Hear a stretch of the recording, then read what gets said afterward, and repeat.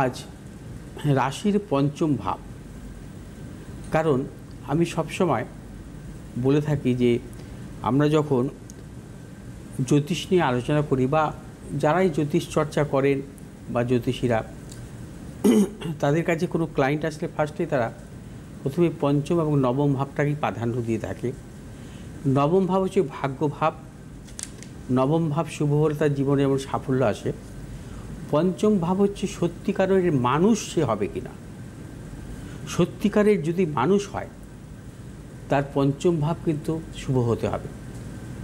শুধু শিক্ষাগত যোগ্যতা নয়, মানুষের মতন মানুষ, অর্থাৎ সেই মানুষের মধ্যে বিবেক, দয়া, সেবামূলক কাজকর্ম, আধ্যাত্মিক চেতনা এবং মেধাবী সমস্ত কিছু নির্ভর করে কিন্তু পঞ্চম ভাবের ওপর।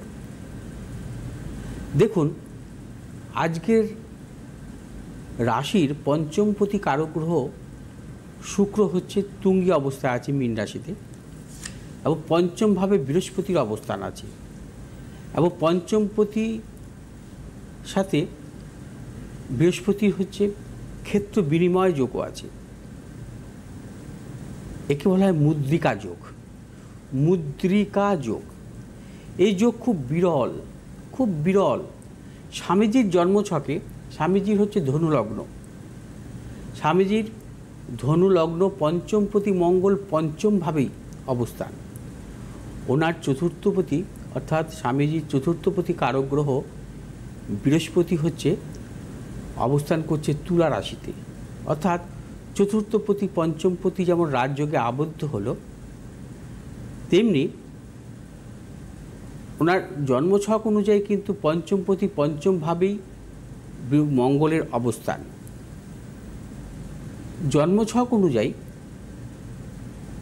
শুক্র ঘরে হচ্ছে বৃহস্পতির অবস্থান, অর্থাৎ একাদশ ভাবে। একাদশ ভাব হচ্ছে তুলা রাশি, তুলা রাশির অধিপতি কারক গ্রহ হচ্ছে বৃহস্পতি, শুক্র ঘরে কিন্তু বৃহস্পতির অবস্থান। আবার শুক্র কিন্তু অবস্থান করছে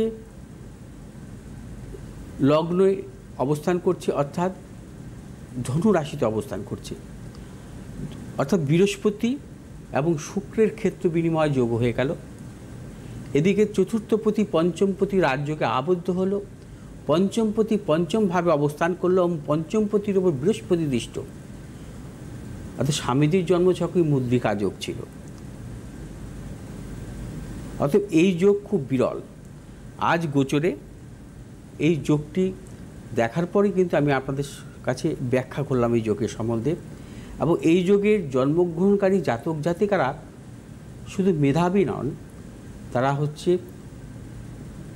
নানান দিক থেকে তাদের কিন্তু পাণ্ডিত্য, জ্ঞান এগুলো আসে। আচ্ছা, আজ হচ্ছে শিবযোগ, বেলা 11:33 পর্যন্ত, তারপরে শুরু হবে সিদ্ধযোগ।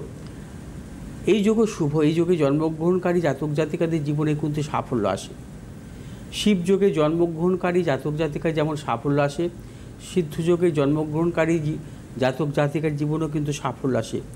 অধিকাংশ ক্ষেত্রে দেখা যায় এরা মেধাবী হন, প্রশাসনিক কর্মের ক্ষেত্রে এদের সাফল্য আসে।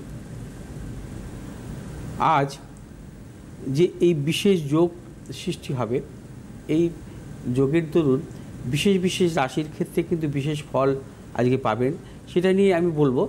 তবে আজ আপনারা যে কোনো শুভ কাজে বেরোনোর পূর্বে হনুমান চালিসা পাঠ করবেন 3 বার, এবং তার পাশাপাশি হনুমানজিকে লাল ফুল, লাল মালা এবং সিঁদুর অর্পণ করবে।